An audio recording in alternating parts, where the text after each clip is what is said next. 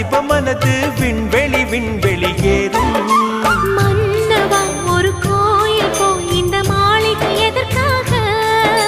தேவியே என் ஜீவனே இந்த ஆலயம் உனக்காக.